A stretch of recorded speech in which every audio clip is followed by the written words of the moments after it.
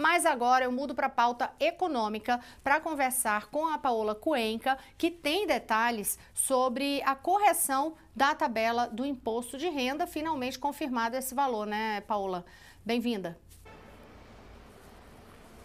Olá, Rosiane, olá a todos que estão nos ouvindo, também nos acompanhando pelo YouTube. Pois é, o que a gente teve foi a confirmação do aumento da faixa de isenção do imposto de renda, porque a tabela não foi corrigida como um todo. Isso porque quem já estava naquela faixa não isenta, quem tem ganhos acima de R$ 2.640, agora por conta desse aumento da faixa de isenção, vai continuar dentro do que já estava previsto naquelas alíquotas. O que a gente tem, claro, é uma boa notícia para as pessoas que ganham até 2 salários mínimos, já pensando nesse novo valor do salário mínimo de R$ 1.320. Porque o que o presidente Lula anunciou, inclusive em pronunciamento em rede nacional de televisão e de rádio no final deste domingo, foi justamente que agora as pessoas que ganham até R$ 2.640 terão a isenção do imposto de renda. Mas olha, quando a gente fala sobre como ficou essa tabela certinha ajustada, o que está colocado como isenção são pessoas, trabalhadores, aposentados, pensionistas que recebem até R$ 2.112. Para bater no valor de R$ 2.640, o governo agora colocou a possibilidade de uma dedução simplificada mensal no valor de R$ 528. Ou seja, o trabalhador, esse aposentado pensionista, ele vai poder antecipar aquela restituição que acontece no momento que você faz a declaração do imposto de renda no ano seguinte. Você pode ter aquela dedução simplificada que já existe na hora que você faz todo o ajuste anual para diferentes pagamentos mensais, nesse valor de R$ 528. Então, se o trabalhador optar por essa dedução simplificada mensal, ele pode ter esse desconto de até R$ 528. No caso de quem ganha até R$ 2.112, juntando com 528, a gente consegue chegar no valor da isenção do imposto de renda de R$ 2.640, o que vai corresponder a 2 salários mínimos já nesse novo valor.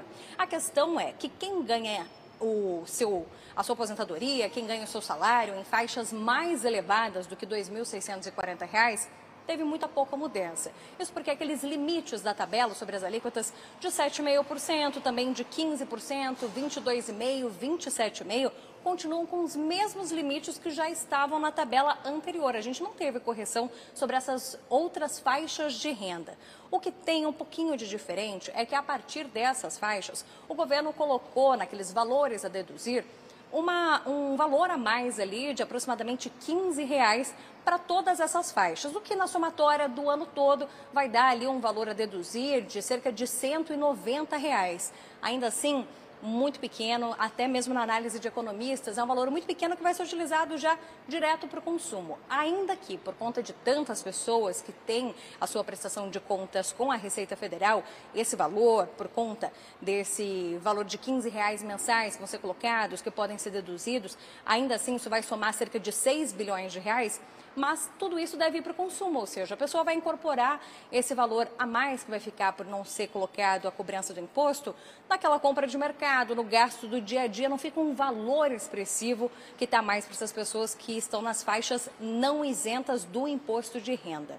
Nessas faixas não isentas, aquela dedução simplificada de R$ 528 também vai poder ser aplicada, mas aí cabe esse trabalhador, aposentado, pensionista, fazer cálculos para ver se vale mais a pena incorporar essa dedução simplificada mensal de R$ 528, o que pode impactar nos valores a restituir na hora de fazer aquela declaração, de fato, do imposto de renda no começo de cada ano, ou então, se no caso daqueles descontos que já estão previstos em lei, de previdência, pensão alimentícia, dependentes, esse valor passar de R$ 528 mensal, então vale mais a pena ficar nas regras já atuais. Cabe a esse trabalhador fazer essa análise, contas a partir das novas regras, contar com aquela ajuda de um contador para saber o que vai compensar mais, até para que ele possa ter um dinheiro a mais sobrando ali no mês dele, na verdade não sobrando, mas um dinheiro a mais ali naquele mês dele, e também impactar como vai ficar no momento em que ele vai fazer toda a declaração no começo de cada ano. Rosiane. A gente fala, não dá mesmo para falar sobrando, né, Paula? Até porque a gente vê a inflação vindo e corroendo tudo, aí faz esse pequeno ajuste. Se você tiver ainda um tempinho, eu ia pedir só para você esperar para trazer aqui as declarações de entrevistas que você fez. Uma das entrevistas é com o Mauro Silva, ele que é presidente da Unafisco, que é a Associação Nacional dos Auditores Fiscais. Para o presidente da Unafisco, essa medida anunciada hoje é frustrante e não mostram, de fato, na visão dele, nenhuma diferença de postura em relação a desse governo que é posicionado como um governo de esquerda com o que estava sendo feito antes com um governo que estava na direita. Acompanhe.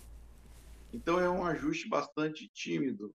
Esse ajuste, como as demais faixas não serão alteradas, significa dizer que cada declarante terá um alívio mensal de pagamento de imposto de R$ 15,60.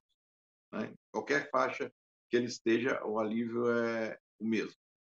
Então, é um alívio muito tímido para a defasagem existente. Nós apuramos a defasagem em 153,29%, né, a ser aplicada em cima da tabela anterior.